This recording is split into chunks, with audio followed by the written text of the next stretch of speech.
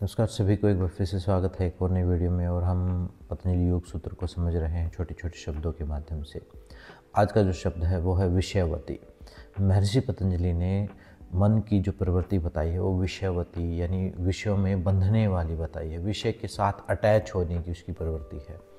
तो यहाँ पर इसी प्रवृत्ति का उपयोग एक ट्रिक की तरह, एक विधि की तरह उपयोग करने के लिए कहा है। महर्षि पतंजलि ने कहा है कि इस विधि का उपयोग मतलब ये जो प्रवृत्ति है, ये बंधने वाली जो प्रवृत्ति है,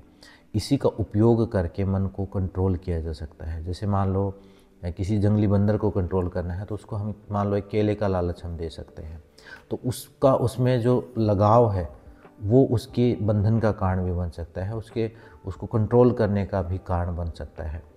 तो उसकी वजह से वो डिस्टर्ब भी है, लेकिन उसकी वजह से जिन वस्तुओं से मन जो है डिस्टर्ब होता है वही उसको कंट्रोल करने का या उसको एकाग्र करने का कारण भी बन सकता है। जैसे यहाँ पर महर्षि पतंजलि कहते हैं कि किसी सूक्ष्म विषय का, अगर हम किसी सूक्ष्म विषय पर ध्यान करें, जैसे श्वास पर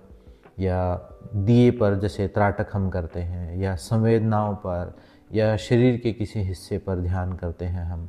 या किसी एक वस्तु पर ध्यान करें, तो जब किसी सूक्ष्म छोटे विषय पर ध्यान दिया जाएगा तो माइंड एक टाइप से वहाँ पर ठहरता है। तो आप देखोगे तो एक छोटी सी बिंदु को अगर ध्यान से देखोगे तो आप देखोगे थोड़ी देर के लिए आप वहाँ ठहर जाओगे, मतलब बंधने की प्रवृत्ति है वहाँ पर। तो उसी प्रवृत्ति का उपयोग करते हुए अभी एक बार आप कभी आपने ये चीज़ महसूस की होगी, कभी आप मार्केट में जाओगे तो देखना, कुछ मान लो किसी चीज़ को आप देख रहे हो, ध्यान से कोई चीज़ पढ़ने की कोशिश करो तो एकदम से आप एक हिप्नोसिस जैसी स्टेट में चले जाते हो, एक ट्रांस लाइक स्टेट में आप एकदम बंद से जाते हो, ऐसे खो से जाते हो। तो वैसी ही अवस्था वो मन की जो बंधने वाली, क्योंकि वो उस चीज़ को समझना चाहता है,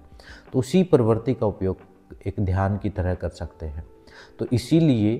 पहले कल के सूत्र में बताया था कि श्वास का उपयोग कर सकते हैं, तो वहाँ से बने प्राणायाम, और आज बताया किसी सूक्ष्म विषय, तो यहाँ से बनी ध्यान की विधियाँ, त्राटक की विधि, श्वास को देखने के अनापान की विधि, या संवेदनाओं को देखने की विधि। ये सारी ये इसी फॉर्मूला के अंतर्गत आई है कि सूक्ष्म विषय पर लगातार लगा दो कि मन को, तो वो उसी में इंगेज हो जाएगा, और उसी इंगेजमेंट को वो फिर भटकेगा, लेकिन बार बार एंगेजमेंट का इसी प्रवृत्ति का उपयोग करते करते वही प्रवृत्ति उस मन को अमन की तरफ लेके जाएगी, यानी उसी के पार लेके जाने का काम कर देगी। उसी में वो डीपली इन्वॉल्व होना शुरू हो जाएगा, वही धारणा बन जाएगी, वही प्रत्याहार, वही धारणा और वही ध्यान बन जाएगी। तो इस सूक्ष्म विषय का अभ्यास आप कर सकते हो, श्वास का अभ्यास आप कर सकते हो, और ध्यान के लिए जो बिगनर है एक किसी सूक्ष्म विषय, चाहे वो बिंदु हो, त्राटक हो, श्वास हो, कोई भी जो आपको अपने लिए उपयुक्त लगे,